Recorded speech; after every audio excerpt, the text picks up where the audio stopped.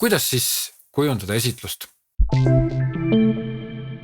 Ei, ma ei hakka näitama, kuidas Adobe Illustratoriga panna kokku mingisugused põhjasi või kuidas Photoshopis töödelda pilti. Ega üldse, kuidas PowerPointis mingit pilti kokku panna või kuidas teha, tähendab, seal ei ole mitte mingit mõtet, sellepärast et tähtis ei ole mitte see, kuidas kujundada, vaid tähtis on see, millise tunde see esitus jätab.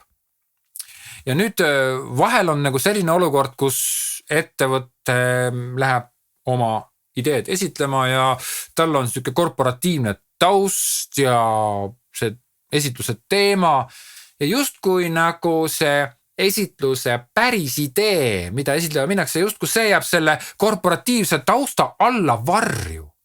See minu meelest ka ei ole väga õige lähenemine, aga sageli selline olukord on, sinna pole midagi teha. Sellisel puhul tuleb kujundust ikkagi natuke muuta üldse. Ma tulen kõigepealt siia algusesse tagasi. Milline peab olema kujundus? Ehk siis lühike vastus sellele on järgmine. Esitluse kujundus peab olema temaatiline. Niimoodi, et kui sina räägid sellest ideest, sa räägid poleemikast, sa räägid lahendustest ja kui seal on ka mingi visuaal, siis loomulikult see visuaal peab olema ka aluseks sellele kujundusele, aga kogu selle esitluse kujundus peab tunduma siukene, et ta on loomulikult läbiv, jah? Ei ole nii, et üks slaid on ühtemoodi, teine slaid teistmoodi kujundatud. Ta peab olema läbiv kujundus, ta peab kandma täpselt seda teemat, mida käsitleb sinu idee. Et siis nüüd te saate tiimis tegelikult vaielda juba selle üle, et milline see stilistika on, mis täpselt seda teemat ja seda temaatikat kannab. Selle üle saate vaielda, aga mitte selle üle, et mulle meeldiks siis, kui oleks üldse mingi äge taust ja mõnele teisele meeldiks siis, kui oleks mingi, ma ei tea, 3. moodi, 4. moodi taust. Ettevõtte nägu peab olema esitus, et siis see ettevõtte stilistika pannakse sinna taha nagu kumama, aga selle taustalt paistab väga konkreetselt ja selgelt silma selle idee enda stilistika. Kui sa oled näiteks üliõpilane, teil on mingi kamp koostööd ette mingit ideed, te tahate kusagile konkursile minna, võita see konkurss ära, siis loomulikult teil ei ole nagu ettevõtet, aga teie see idee kujundus lähtub sellest ideest. Et kui mina vaatajana, kuulajana kuulan sind ja teid ja teie ideed, siis ma nagu näen, et sina räägid seda juttu ja see slaid esitlus on algusest peale nagu sama stiilis tehtud. Milline see kujundus siis olema peaks? Nüüd on see lugu, et ma soovitan ja samas ma ka ei soovita. Ärge maha pange, aga minge vaadake, millised on esitluste template'id.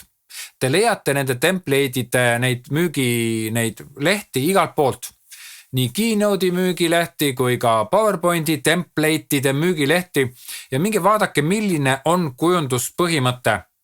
Ja see kujunduspõhimõte on suures laastus selline tänapäeval, et on nagu pealkiri ja võib-olla lause ja kusagil on mingi pilt. 3-4 lauset, 5 lauset ühel slaidil on täiesti piisav. Esitlus ei ole siuke ikkagi nagu lugemiseks mõeldud. Me pärast räägime muideks ka nendest esitlustest, mis on spetsiaalselt tehtud selleks, et lugeda.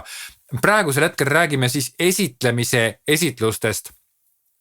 Ja üleüldiselt mõjuvad väga hästi sellised minimalistlikud, klaarid või siis vastupidi värvilised, aga ikkagi väga kindlate, selgete infopindadega esitluse kujundused, mitte täistopitud, mitte palju, mingid nooled, särgid, värgid, asjad, kusagil siin mingi väike video käib, et see esitlus mõjub paremini, kui ta on siukene infoväljad on väga selgesti määratletud.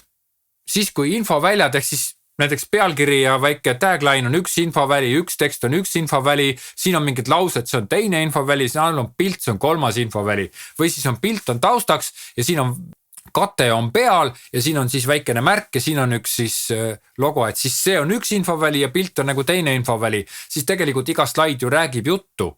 Nii et ühe slaidi peal see kujundus peaks ikkagi olema selline, et kui sa seda slaidi vaatad, siis ta tundub kohe nagu arusaadav. Ta kohe räägib, annab oma loo kohe kätte ära. Mitte niimoodi, et kui sa hakkad vaatama, siis ja seal on veel see ka, et see minu meelest see ei ole nagu õige lähenemine, kuigi ma olen selliseid esitlusi näinud ja ma tean ka siukseid nagu template'e on päris palju, aga miks neid template'e vaadata? Sellepärast, et template'id ju tehakse selle jaoks, et inimesed ei ostaks.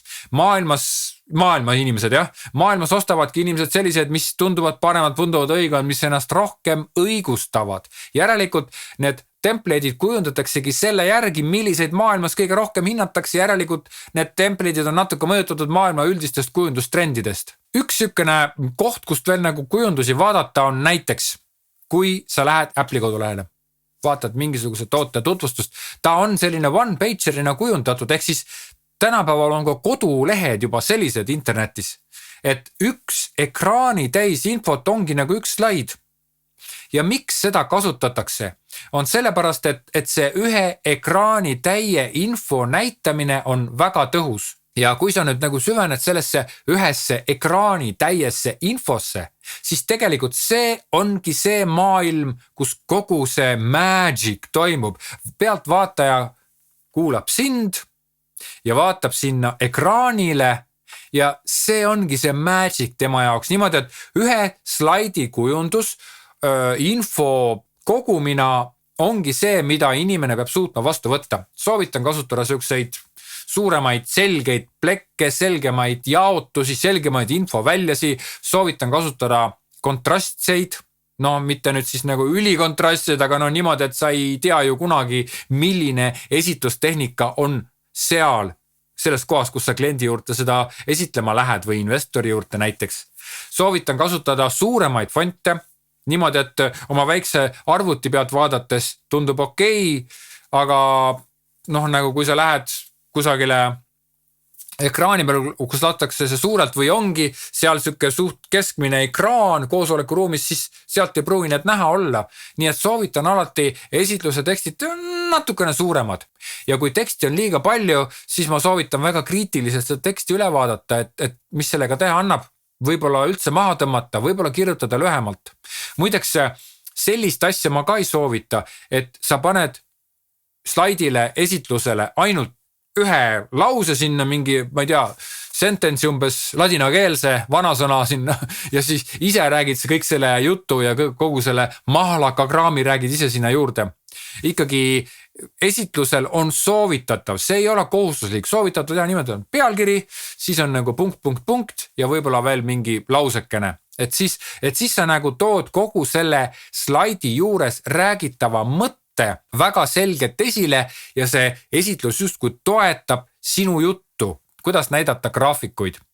Ja no ma mõtlen andmeid sedasi, et neid oleks nagu hea vaadata. Püüdke ikkagi leida selline ühtne stiil ja see stiil on läbiv ka graafikutes, ka andmetes, ka tabelites, igal pool.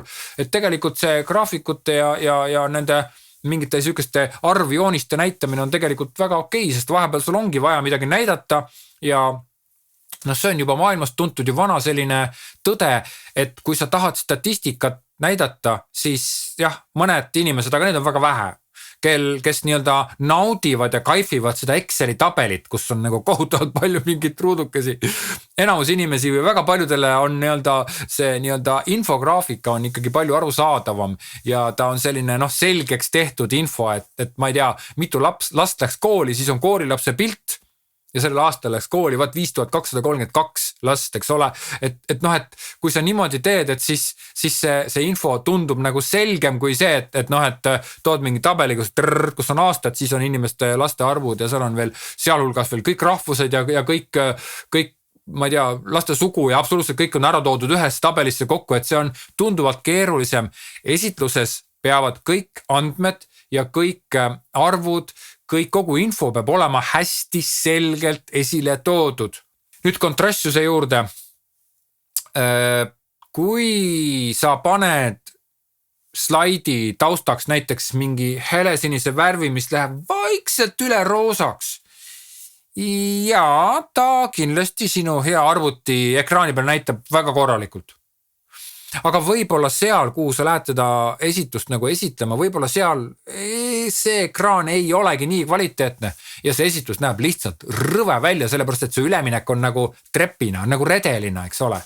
Nii et alati peab nagu mõtlema, et mida ja kuidas näidata. Väga helehallide ja heledate toonide puhul peab arvestama sellega, et mõned esitluse seadmed teevad heledad lihtsalt valgeks. Tumedamate ja sükeste noh, kui tahaks nagu tunnetada mingit sükest söemusta või pruunikat söemusta, siis need asjad võivad kehvemate seadmetega minna mustaks. Ja muideks seade ise ei peagi olema kehv, aga nagu te teate, tänapäevastel telekatel on olemas sellised režiimid nagu mingi filmirežiim ja siis on mingi umbes mingi nagu siuke režiim, mis on see kõige parem, mis teeb kõige kirevamaks. Ja tavaliselt see keegi seda koosolekruumi telekat keegi ei näpi ja see ongi see kõige kontrassima režiimi peal niimoodi, et ta näitabki värve hästi kontrassilt, eks ole.